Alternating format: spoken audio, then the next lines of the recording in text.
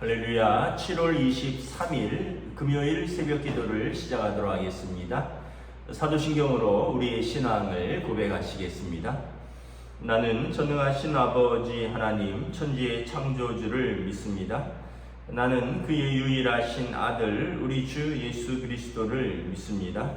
그는 성령으로 잉태되어 동정녀 마리아에게서 나시고 본디오 빌라도에게 고난을 받아 십자가에 못 박혀 죽으시고 장사된 지 사흘 만에 죽은 자 가운데서 다시 살아나셨으며 하늘에 오르시어 전능하신 아버지 하나님 우편에 앉아 계시다가 거기로부터 살아있는 자와 죽은 자를 심판하러 오십니다. 나는 성령을 믿으며 거룩한 공교회와 성도의 교제와 죄를 용서받는 것과 몸의 부활과 영생을 믿습니다. 아멘. 찬송가 449장 찬양하시겠습니다. 찬송가 449장입니다.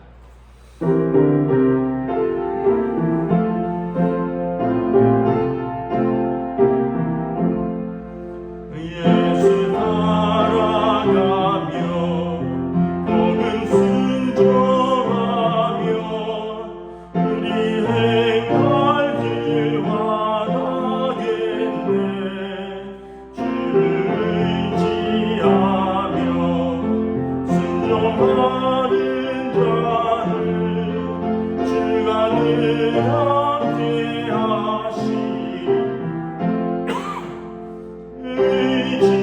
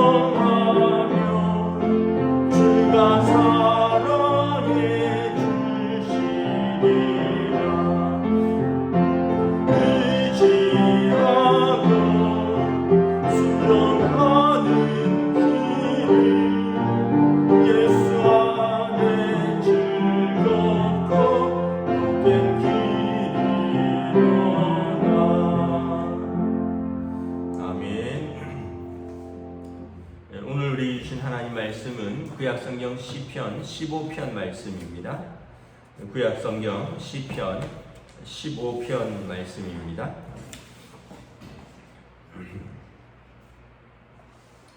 다 찾으신 줄 알고 저와 여러분들이 한 절씩 교도하도록 하겠습니다. 시편 15편 말씀입니다. 여호와여, 주의 장막에 머무를 자 누구오며 주의 성산에 사는 자 누구오니까? 정직하게 행하며 공의를 실천하며 그의 마음에 진실을 말하며 그의 혀로 남을 허물하지 아니하고 그의 이웃에게 악을 행하지 아니하며 그의 이웃을 비방하지 아니하며 그의 눈은 망령된 자를 멸시하며 여호와를 두려워하는 자들을 존대하며 그의 마음에 소원한 것은 해로울지라도 변하지 아니하며 이자를 받으려고 돈을 꾸어주지 아니하며 뇌물을 받고 무죄한 자를 행하지 아니하는 자니 이런 일을 행하는 자는 영원히 흔들리지 아니하리이다. 아멘. 할렐루야. 오늘도 새로운 하루가 시작되었습니다. 하나님께서 은혜와 평강으로 함께하여 주시기를 축복합니다. 오늘은 시편 15편 말씀인데 주의 성산에 주의 장막에 거하는 사람은 어떠한 사람인가에 대해서 말씀을 하고 있습니다. 다시 말하면 오늘 말씀은 주님의 장막에 머무는 자의 내적인 성품과 외적인 행동, 삶에 대해서 말씀을 하고 있습니다. 1절에 보면 여호와여, 주의 장막에 머무를 자 누구오며 주의 성산에 사는 자 누구오니까? 죄송합니다. 주의 장막은 구약 성경의 장막이죠. 언약 법궤를 두었던 성막을 말하는 것입니다. 또 주의 성산은 구약 시대에 이제 예루살렘을 말하죠. 시온산. 그런데 신약에서는 교회를 말하는 것입니다. 그리스도의 교회, 하나님께서 공동체에 임재하시는 그 그리스도의 교회, 구약 성경에서는 하나님께서 임재하시는 성막, 그곳에 머무르는 사람들, 그곳에서 다시 말하면 신앙생활하는 사람들의 내적인 성품과 외적인 그 행실인데, 첫째는 어떤 사람입니까? 1절에 2절에 보면 정직하게 행하며 공의를 실천하며 그 마음에 진실을 말하며, 정직과 공의와 진실한 자다라는 것입니다. 이 하나님의 성품이죠. 정직, 공의, 진실은 하나님의 성품입니다. 그래서 에베소서에 보면 너희는 하나님의 사랑받는 자로서 하나님을 본받는 자 되라.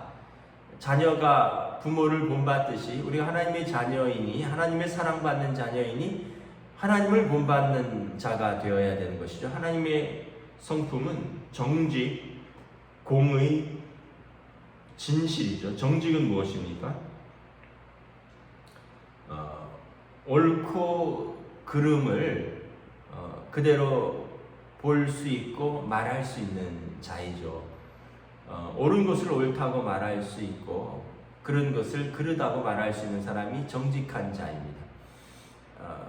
우리가 내 어떤 이익에 부합한다고 또는 내 뜻에 반한다고 옳은 것도 옳지 않다고 그런 것을 옳다고 말하면 정직한 사람이 아닌 것이죠.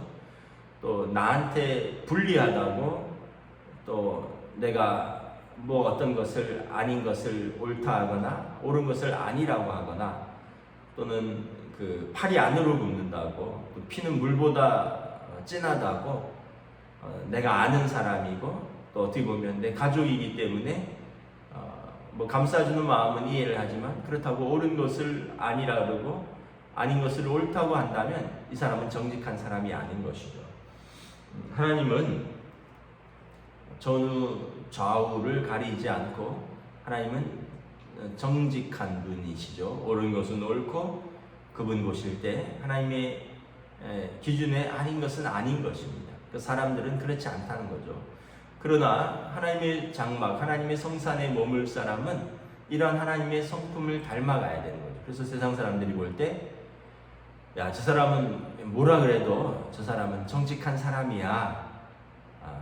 이런 말을 우리가 들을 수 있어야 되겠죠.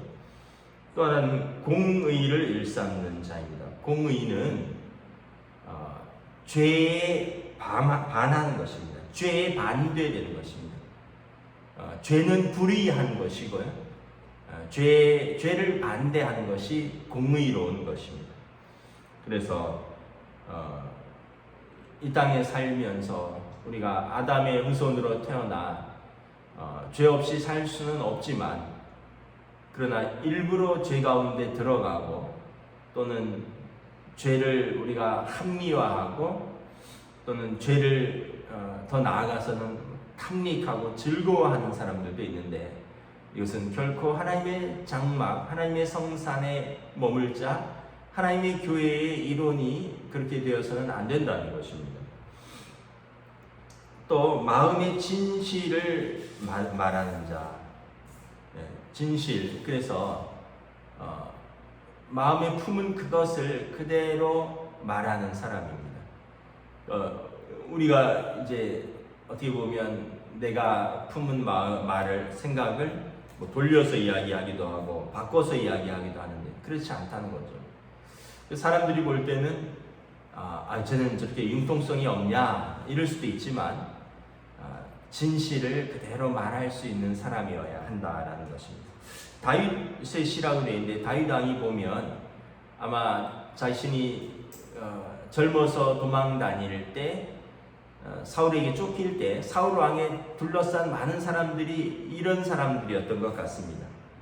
정직하지 않고 공의를 행하지 않고 마음의 진실을 그대로 말하지 않는 사람들이 사울 왕 주변에서 있어서 다윗이 그들 때문에 사울 왕의 눈이 흐려지고 마음이 혼탁해지고, 그래서 어떻게 보면 충신인데 자기를 그렇게 쫓는 사람들을 많이 경험했겠죠. 그리고 다윗이 이제 왕으로 자리에 올랐습니다. 왕위에서 보니까 실제로 주위에 이런 불의한 자들, 또 이런 아첨하는 자들, 또 이런 자기 이익을 추구하며 자기 출세를 위하지만 그러면서 이제 진실을 하지 않은 자들을 많이 본 것으로 보입니다. 그래서 다윗 왕이 하나님의 성산에 거하려면, 하나님의 장막에 거하는 자는 이러한 내적인 성품을 가지고 살아야 하지 않겠느냐 고백한 것입니다. 또 오늘 말씀에 보면 이제 성산에 머무는 자의 입술은 어떻습니까? 3절에 그의 혀로 남을 허물하지 아니하고 그의 이웃에게 악을 행하지 아니하며 그의 이웃을 비방하지 아니하며. 이 사람의 혀는 주의 성산에 머물고 주의 장막에 머무는 자의 혀, 다시 말하면 하나님의 교회의 성도의 혀는 남을 허물하지 아니하고 악을 행하지 아니하며 이웃을 비방하지 않는다. 그러니까 우리 입술을, 우리 혀를 잘 관리한다는 것입니다. 야고보서에 보면 혀는 작은 것이로되 온 몸을 불살릴 수 있는 능력을 가졌다라고 했습니다. 또 그 배를 움직이는 그 키와 같아라고 야고보 사도가 말했습니다. 그래서 혀를 온전히 제어하는 자는, 혀를 온전히 다스리는 자는 사실은 온 세상을 다스리는 자이다. 그런데 우리가 온전치 못하기 때문에 사실 우리 혀로 실수가 많죠. 그런데 여기서 보면 그냥 그런 단순한 실수, 뭐 자그마한 약속을 못 지킨다거나 아니면 약간 좀 과장하거나 뭐 자랑하는 그 정도를 넘어서서 이거는 남을 참수하는 것입니다. 남을 해하려고 하는 것입니다. 남을 허물하고 이웃에게 악을 행하고 이웃을 비방하는 것은 악한 것이다 라는 거죠. 그래서 여러분, 우리가 그냥 내 이야기는 어느 정도 할 수 있어도 남에 대해서 진실이 아니라면, 근데 그 악이 진실이라면 말을 해야겠죠. 진실이 아니라면 우리가 말하지 말아야 할 것입니다. 특별히 우리가 조심해야 될 것이 뭐냐 하면, 누가 그랬는데 말이야, 누구한테 들었는데 말이야, 내가 보고 또 내가 출처를 밝힐 수 있는 것이라면 말을 해도 괜찮습니다. 내가 누구한테 이렇게 들었다 정확하게, 또는 내가 분명히 보았다, 내가 경험한 사실이다, 그렇다면 분명하게 말할 수 있어야 됩니다. 왜냐하면 이것은 진실과 공의에 관한 것이니까.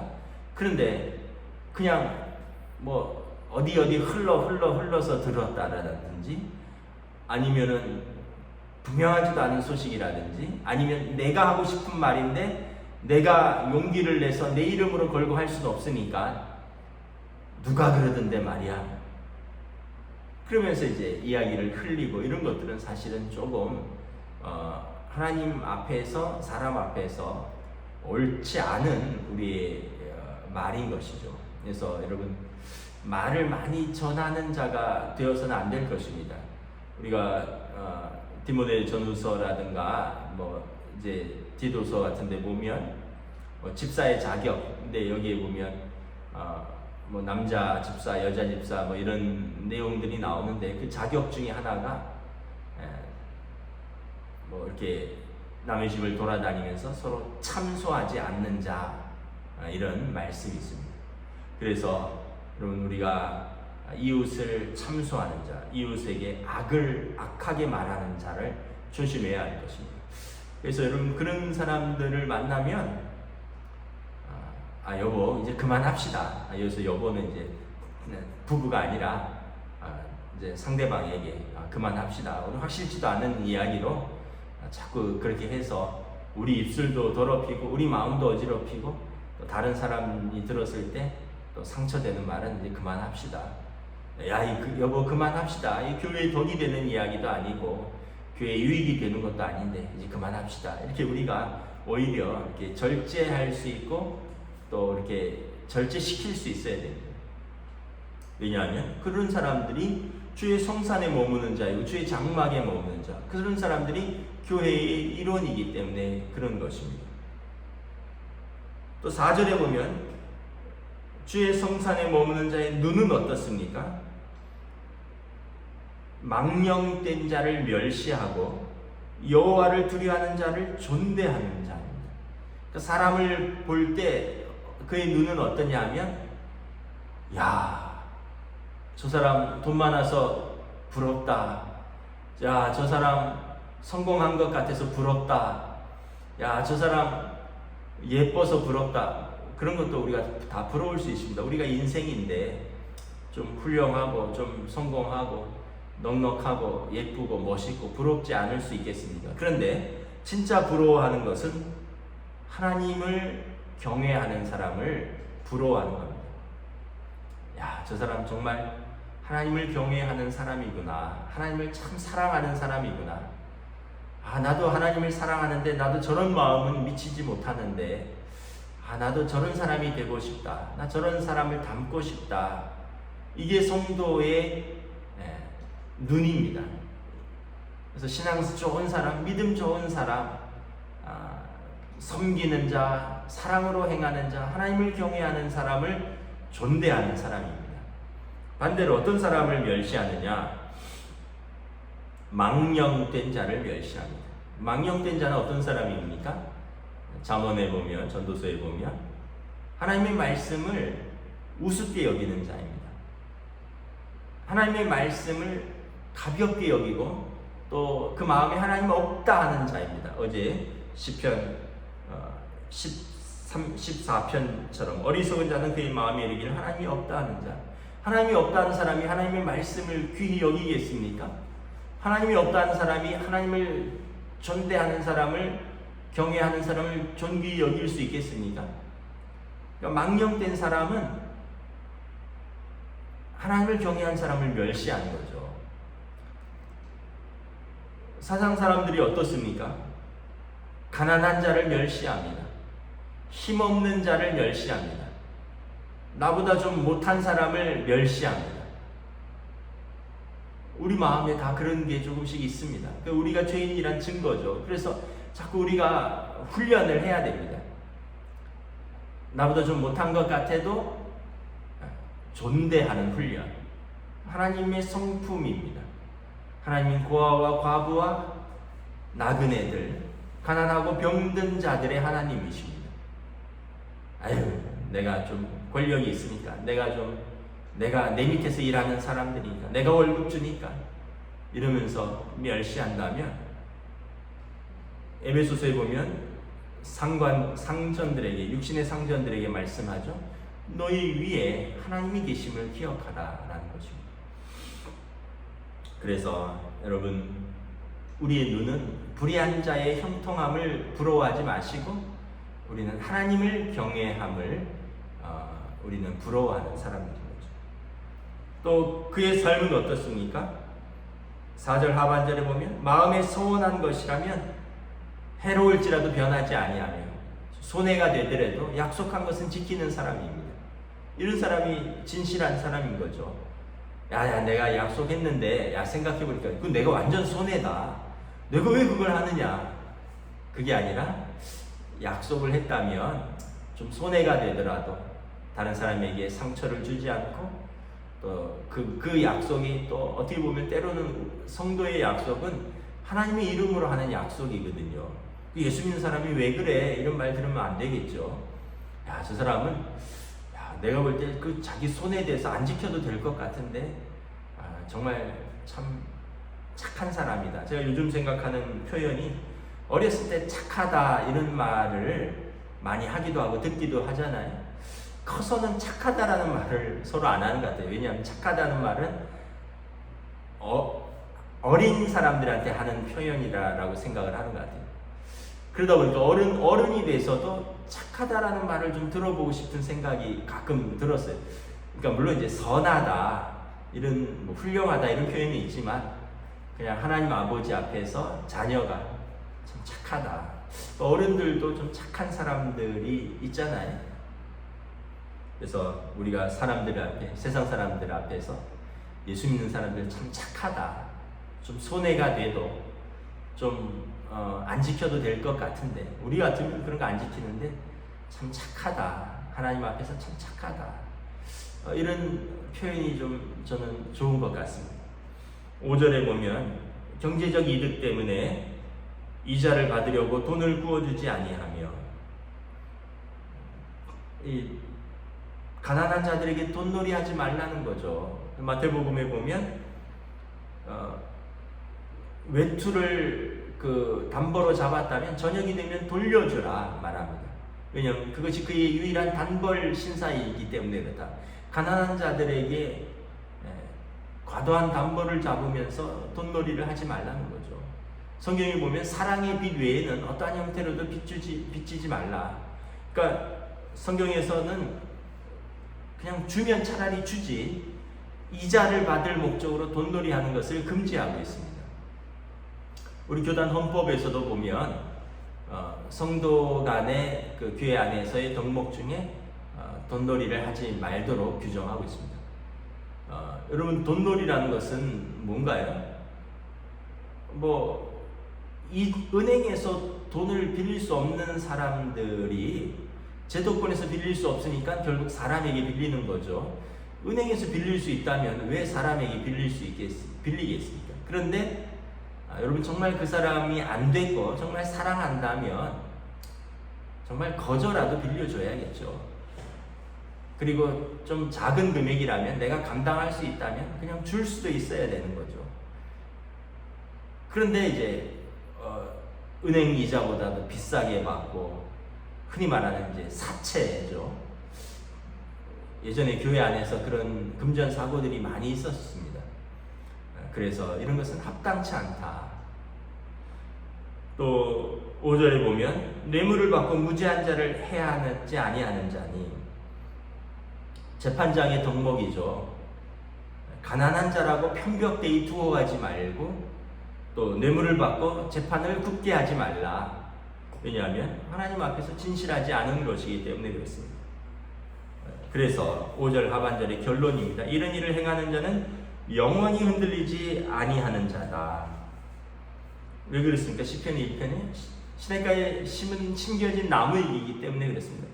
뿌리가 깊이 박혀진 나무이기 때문에 이런 사람들은 바깥의 어떤 말과 유행과 어떤 변화와 사람들의 시선에 흔들리지 않습니다. 왜냐하면 뿌리를 하나님께 깊이 뿌리 박았고, 그리고 주야로 그 말씀을 묵상하고 공급받기 때문에 그렇습니다. 영원히 흔들리지 않습니다.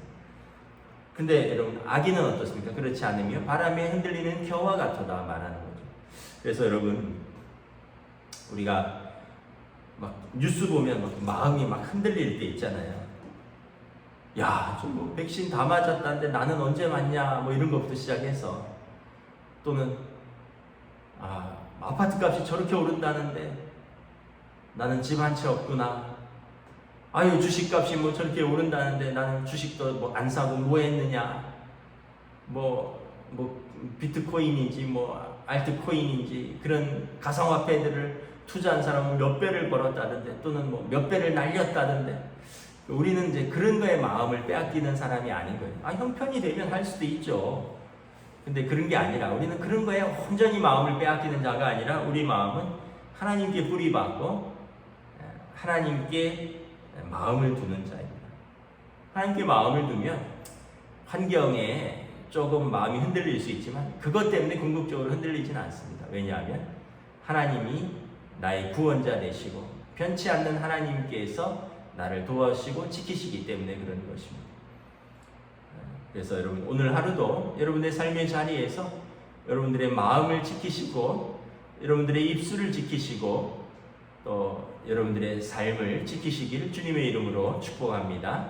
아멘. 기도하겠습니다. 하나님 은혜를 감사합니다.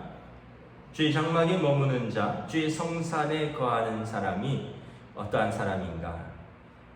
주의 성전을 출입하는 자, 하나님의 교회의 공동체의 성도로서 우리의 내적인 성품은 어떠하며 우리의 외적인 행동은 어떠해야 하는가? 우리의 마음과 입술과 우리의 행실에 있어서 하나님을 경외하는 자, 하나님 앞에 서 있는 사람으로서 우리가 합당한 자로서, 부르심에 합당한 자로서 살아갈 수 있는 오늘 하루로 인도하여 주시옵소서. 성령님, 저희들의 입술을 지켜주시고 저희들의 삶을 지켜주시옵소서. 감사를 드리오며 우리 주 예수 그리스도의 이름으로 기도드리옵나이다. 아멘. 하늘에 계신 우리 아버지, 아버지의 이름을 거룩하게 하시며 아버지의 나라가 오게 하시며 아버지의 뜻이 하늘에서와 같이 땅에서도 이루어지게 하소서. 오늘 우리에게 일용할 양식을 주시고 우리가 우리에게 잘못한 사람을 용서하여 준 것 같이 우리 죄를 용서하여 주시고 우리를 시험에 빠지지 않게 하시고 악에서 구하소서. 나라와 권능과 영광이 영원히 아버지의 것입니다. 아멘.